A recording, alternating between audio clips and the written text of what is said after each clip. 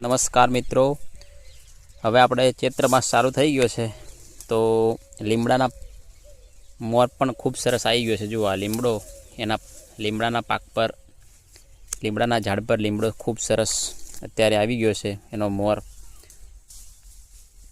હવે ચૈત્ર માસમાં આનું ખૂબ મહત્ત્વ છે, લીમડાના મોર પીવાનું। લીમડાનો મોર તમે ચૈત્ર માસમાં આનું સેવન કરો, રસ બનાવીને મોરનું।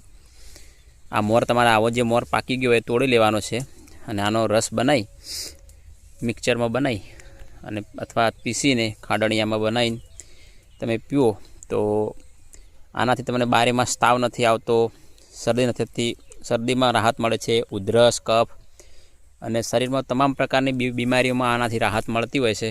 તો મારી ખાસ વિનંતી છે તમને કે અત્યારે ચૈત્ર માસમાં ખાસ અત્યારે લીમડાના મોરનું રસ બનાવીને સેવન કરવું જોઈએ। જો આ લીમડાનો મોર ખૂબ સરસ મોર આવી ગયો છે અત્યારે।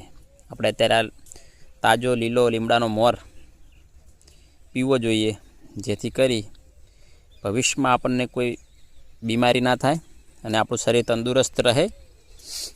અને આમાં કોઈ વધારે ખર્ચોય નથી, આપણે લીમડા તો ઘેર ઘેર હોય જ છે, તો સરળતાથી મળી રહે છે, આપણા માટે ફાયદાકારક છે, ઘણો ઉપયોગી છે। તાવમાં બધી જગ્યાએ, ઘણી જગ્યાએ ખૂબ ઉપયોગી છે।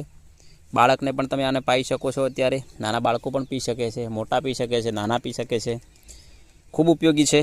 તો આનું સેવન કરો અને તંદુરસ્ત રહો। જય હિન્દ, જય ભારત।